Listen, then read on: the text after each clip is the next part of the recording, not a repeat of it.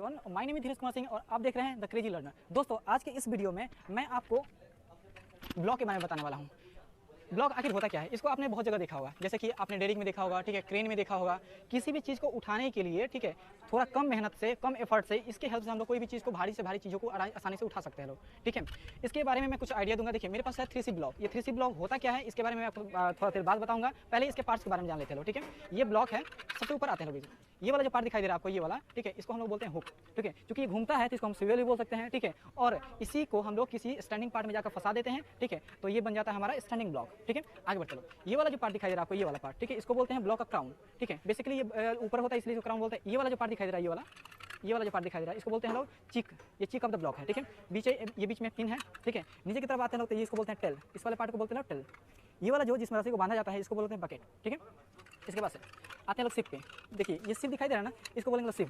Basically इसका काम ये है कि ये अंदर से कर्व रहता है, जिसकी वजह से इसमें जो रस्सी होती है या फिर जो भी वायर होता है, ठीक है, वायर रोप होता है, वो इससे होकर पास करता है, ठीक है। ये दिखाई दे रहा है, ठीक है, ये जो घूमता है इसको बोलते हैं सिप। और ये हमारे पास एक सिप, दो सिप, तीन सिप, यानी कि 3 सिप्स हैं, इसलिए बोल सकते हैं लोग 3C ब्लॉक, ठीक है। ये जो सिप होता है ये टोटली डिपेंड करता है इस वाले पे, ठीक है। ये वाला दिखाई दे रहा है, इसको बोलते हैं लोग एक्सेल, ठीक है, जिसके ऊपर से ये घूमता है, ठीक है। तो इसका जो फंक्शन होता है ये कैसे होता है, आइए आगे चलते हैं और आपको समझाते हैं। ओके, तो दोस्तों अभी हम लोग बनाने जाएंगे 3 fold purchase. 3 fold purchase basically होता क्या है और ये कैसे बनाया जाता है आपको एकदम डिटेल में आपको बताने जा रहा हूँ। पहले यहाँ पे दिखाइए, यहाँ पे मेरे पास 3 फोल्ड परचेज बनाने के पहले सबसे पहले क्या होगा कि हमें 2 ब्लॉक की जरूरत पड़ेगी जिसमें 3 सिप होने चाहिए, यानी कि इसमें 1, 2 और 3, ये 3 सिप ब्लॉक हो गया। और ठीक मेरे पास दूसरा जो है वो भी 3C ब्लॉक है। तो 3 फोल्ड परचेज बनाना होगा तो ऊपर भी 3C ब्लॉक होना चाहिए और नीचे भी 3C ब्लॉक होना चाहिए। आगे बढ़ते लोग, अब इसको बनाना होगा तो इस पर कुछ अरेंजमेंट होते हैं, ठीक है। ये कैसे अरेंज करना है मैं आपको बताता हूँ। देखिए यहाँ पे जो 2 ब्लॉक है, 2 ब्लॉक में से, यहाँ पे थोड़ा जूम कीजिएगा इसको, 2 ब्लॉक में से किसी एक ब्लॉक के साथ बकेट का होना बहुत जरूरी है। बकेट वह पार्ट होता है जिसमें हम रस्सी को बांधते हैं लोग, स्टैंडिंग पार्ट होता है, ठीक है, जिसमें हम रस्सी को बांधते हैं लोग, ठीक है। तो बेसिकली हमारे पास इसमें इसमें बकेट नहीं है, इसमें बकेट है, ठीक है। तो स्टार्ट करेंगे लोग। 3 फोल्ड परचेज बनाने के लिए अरेंजमेंट क्या होगा, तो अरेंजमेंट ऐसे करना है कि जिसमें बकेट है उसको हम लोग वर्टिकली रखेंगे, यानी कि ऐसे खड़ा करके रखना है, ऐसे खड़ा करके रखना है। लेकिन जिसमें बकेट नहीं है इस वाले पार्ट को हम लोग ऐसे हॉरिजॉन्टली रखेंगे लोग। कैसे रखेंगे, हॉरिजॉन्टली, ठीक है। अब आते हैं लोग और बनाते हैं लोग 3 फोल्ड परचेज तैयार करते हैं लोग, ठीक है। देखिए ये मेरे पास रस्सी है, इस रस्सी को कैसे घुसाना है। देखिए बकेट वाला जो ब्लॉक है, ठीक है, इस बकेट वाले ब्लॉक के सेंटर वाले सिप से सबसे पहले रस्सी को डालना है। रस्सी को पहले पीछे फेंक दीजिए और फेंकने के बाद आप इस वाले रस्सी को इसमें इंसर्ट कीजिए, ऐसे हम लोग इस वाले में घुसा दिए लोग, ठीक है। यानी कि हमारा सेंटर वाला सिप हो गया। इस सेंटर वाले सिप में हमको सबसे पहले रस्सी को इंसर्ट कर देना है। इंसर्ट करने के बाद अब यहाँ पे 3 सिप है, 1, 2, 3। अब किस में डालेंगे लोग, तो सिंपली क्या करना है कि देखिए बकेट है ना, इसके जस्ट अपोजिट वाले, हम इधर से नहीं डाल सकते क्योंकि बकेट के इधर होगा, तो अपोजिट वाले हम लोग पार्ट से इसको इंसर्ट करेंगे लास्ट वाला सिप में, इस वाले सिप में। देखिए इसके बाद अब क्या होगा, ठीक है। तो अब कैसे डालेंगे लोग, बकेट के अपोजिट वाले सिप से हम लोग इंसर्ट करेंगे। और इसको क्या करना है ना कि देखिए अब इसमें किस में डालेंगे लोग और कहाँ से डालना है। तो देखिए अगर हम इसको ऊपर से डालते हैं लोग, ठीक है, तो ये वाला ये इससे हमको मैच करना है, ठीक है, इससे लेवलिंग करना है, लेवल, ठीक है। तो ये तो लेवल खराब हो जाएगा, इसलिए हम लोग क्या करेंगे कि इसको नीचे से डालेंगे लोग यहाँ से, और इस वाले जो बकेट वाला जो सिप है ना उसमें हम लोग डाल करके इसको ऊपर से खींच देंगे लोग, ठीक है, बेसिकली। अब देखिए इसमें करना क्या है, कन्फ्यूजन कहाँ पे होता है, ठीक है, बनाने में। जब अब मैंने ऐसे कर दिया तो देखिए ये दिखाइए, ये दोनों के दोनों जो रस्सी है, रोप है, दोनों एक लेवल में आ गए हैं, ठीक है। इस लेवल में आने के बाद हम इसको ऊपर से खींचेंगे। अब ये कौन से सिम में जाएगा, तो सबसे ऊपर वाला सिम में जाएगा। क्यों, क्योंकि अगर इस वाले सिम में लेकर जाते हैं तो ये हमारा बेंड हो जाएगा, ठीक है। हमको बेंड नहीं होने देना है, ऐसे यू बनाना है, यू हर जगह यू को लेवल कीजिएगा, आराम से आपका सही हो जाएगा, ठीक है, नहीं तो गलत हो जाएगा। तो यहाँ पे हम लोग पास करा रहे हैं सबसे ऊपर वाले सिप से। बेसिकली देखिए यहाँ पे क्या हुआ, यू बन गया, यहाँ पे यू बना ना। अब यहाँ से हम लोग कौन से ब्लॉक में जाएंगे ताकि यू बने, तो यहाँ पे ऊपर वाले में जाएंगे, यहाँ से ऐसे करेंगे। देखिए यहाँ पे भी यू बन गया कि नहीं, यहाँ पे एक क्लोज सर्किट बन रहा है, तो यहाँ पे हम लोग यू बनाएंगे। बेसिकली यू बनाते जाना है आपको, ठीक है, यू बनाइएगा, ठीक है, आपको कोई दिक्कत नहीं होगा, कोई प्रॉब्लम नहीं होगा। इसके बाद नेक्स्ट क्या करेंगे, तो इसको थोड़ा सा हम ढीला कर लेते हैं ताकि आगे के रस्सी के लिए जगह बन जाए। ये हो गया। अब करना क्या है कि अब हम लोग इसके सेंटर वाले पार्ट से क्रॉस कराएंगे, ये सेंटर वाले पार्ट, ठीक है। सेंटर वाले पार्ट से हम इसको पार कराएंगे और इस तरह से हमारे पास ये हो गया। अब लास्ट पार्ट हमारा बकेट के पास ही आना चाहिए, ठीक है। सेंटर से घुसाएंगे लोग तो हमारा बकेट के पास, ध्यान देना क्या कि हमारा जो ये वाला लास्ट वाला पार्ट है ये बकेट के पास ही जाना चाहिए। अब यहाँ पे एक बोलाइन बनाना है, ठीक है, क्योंकि इसको बांधना है ना, तो यहाँ पे एक बोलाइन बनाना पड़ेगा हमको। तो बोलाइन कैसे बनेगा, ठीक है। तो बेसिकली बोलाइन बनाने के लिए हम पहले क्या करते हैं, यहाँ पे 6 बना लेते हैं। देखिए कैसे, ये पकड़ेंगे ऐसे, ठीक है, बकेट के सामने खड़े हो जाएंगे, पकड़ेंगे ऐसे और यहाँ पे हम 6 बनाएंगे। ये बन गया हमारा 6, ठीक है। और एक 6 को इधर से घुसाएंगे, ऐसे हो गया, ये ऐसे इधर से घुसाना है, ठीक है। और यहाँ से नीचे से पार कराएंगे, कैसे बोलाइन बनाते थे लोग। और यहाँ से पार कराने के बाद इसके इधर जी, इधर जी, चलिए ओके स्टार्ट नीचे से करेंगे, यहाँ से करेंगे लोग हम लोग, ठीक है। और यहाँ से पास कराने के बाद हम लोग जैसे बो लाइन बनाते थे लोग, यहाँ से ये इंसर्ट किया और इंसर्ट करने के बाद इन दोनों रस्सी को हम पकड़ेंगे, थोड़ा सा गैप होना चाहिए, इन दोनों रस्सी को पकड़ के और इस वाले रस्सी को कस के खींच देंगे, सामने वाले को खींच देंगे।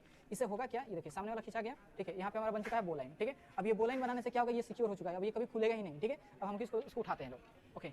अब ये हमारा 3 फोल्ड परचेज बन के तैयार हो चुका है। देखिए यहाँ पे इस साइड में आपको ये 3 रस्सी दिखाई दे रही है, इस साइड में भी लेवल में 3 रोप्स दिखाई दे रहे हैं, और यहाँ पे मेरा हॉलिंग पार्ट है। हॉलिंग पार्ट वो पार्ट होता है जिसको हम पकड़ के खींचते हैं, इस पार्ट को हम हॉलिंग पार्ट बोलते हैं। देखिए क्या है कि ये हमारा जो ब्लॉक है इसका जो ये स्टैंडिंग पार्ट हो गया, क्योंकि हम इसको फंसाएंगे कहीं ना कहीं, ठीक है। जो स्टैंडिंग पार्ट हम इसको फंसा देंगे, ठीक है। फंसाने के बाद इधर जी, फंसाने के बाद हम लोग क्या करेंगे लोग, अब इसको हम खींचेंगे तो देखिए तो ये ऊपर आ रहा है, एक ब्लॉक हमारा ऊपर आ रहा है, इसको ढीला करेंगे तो नीचे जाएगा, ठीक है, नीचे जाएगा। तो एक बात यहाँ पे समझने वाली बात है कि अगर ये देखिए हॉलिंग जो पार्ट है ये हमारे स्टैंडिंग ब्लॉक क्या होता है कि जो कहीं ना कहीं यहाँ पे बकेट इसमें देखिए ये वाला इसको कहीं फंसाया गया है, ठीक है। तो इस वाले पार्ट को हम बोलेंगे स्टैंडिंग ब्लॉक, लेकिन इसी के अपोजिट ये दूसरा जो ब्लॉक दिखाई दे रहा है जो टंगा हुआ है, ठीक है, ये खींचने पे ये ऊपर नीचे जा रहा था, इसकी वजह से हम लोग बोलेंगे इसको मूविंग ब्लॉक, ठीक है। ये ऊपर ये नीचे, ये ऊपर और नीचे, लेकिन ये तो फिक्स है, तो इसको स्टैंडिंग ब्लॉक, और ये ऊपर नीचे जा रहा है इसलिए इसको बोलेंगे मूविंग ब्लॉक।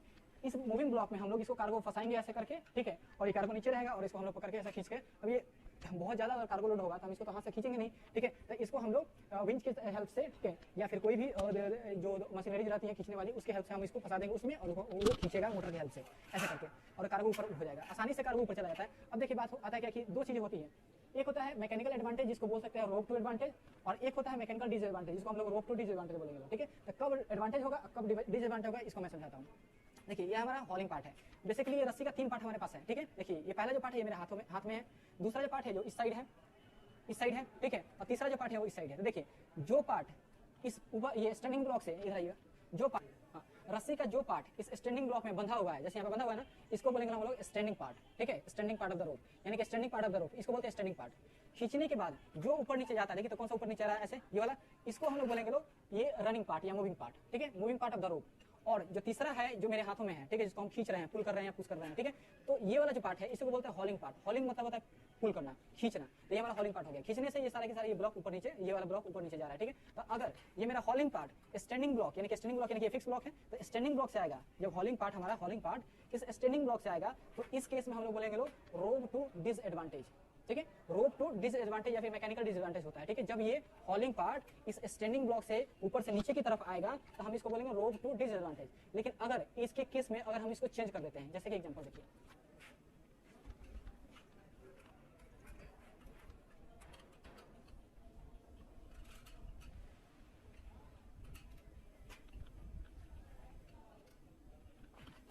लिखिए,